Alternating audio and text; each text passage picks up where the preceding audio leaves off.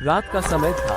आसमान में काले बादल मोटी परत बनाकर तैर रहे थे। चांद की रोशनी जैसे कहीं बंद कर दी गई हो और हवाएं अजीब सी सर्दी लेकर बह रही थी। पीली स्ट्रीट लाइट्स एक एक कर झिलमिला रही थी, जैसे उनकी भी जान अब तक बस किसी तरह बची हो। दूर एक पुराना लकड़ी का बोर्ड हवा में डोलते हुए कर की आवाज कर रहा था। उस पर फीके पड़े, लगभग मिट चुके अक्षरों कहा जाता था कि इस गांव में एक घर है जिसकी खिड़कियों से कभी कभी हल्की पीली रोशनी झलकती है, लेकिन अंदर कोई इंसान नहीं रहता। गांव वालों का मानना था कि ये रोशनी उस घर के खाली आंखों वाले का न्योता है, और जो भी इस न्योते को स्वीकार करता है वो वापस कभी वैसा नहीं लौटता जैसा। उस रात तीन दोस्त नील, आरोही और समीर गांव के पास वाली सुनसान सड़क से गुजर रहे थे। उनकी बाइक बीच रास्ते में बंद हो गई थी। टंकी में पेट्रोल लगभग खत्म हो चुका था और मजबूरी में वो पैदल ही अंधेरे रास्ते पर चलने लगे। रास्ते के दोनों ओर ऊंचे ऊंचे पेड़ थे। उनकी टहनियां हवा में ऐसे हिल रही थी मानो एक दूसरे से फुसफुसा रही हो। कभी कभी किसी डाल के टूटकर गिरने की आवाज और कभी अचानक कहीं से आती धीम। कुछ देर चलने के बाद समीर ने धीरे से कहा, क्या तुम्हें भी कदमों की आवाज सुनाई दे रही है? नील ने मुस्कुराने की कोशिश की। तुम्हारा डरने का पुराना ड्रामा है ये। लेकिन आरोही बिल्कुल चुप थी।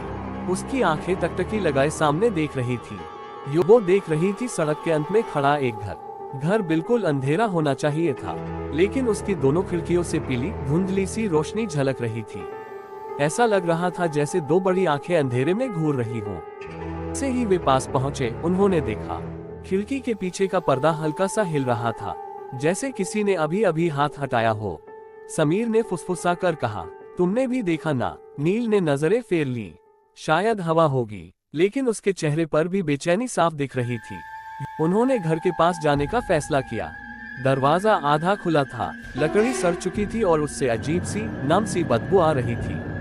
अंदर कदम रखते ही फर्श उनके पैरों के नीचे चर्र की आवाज करने लगा।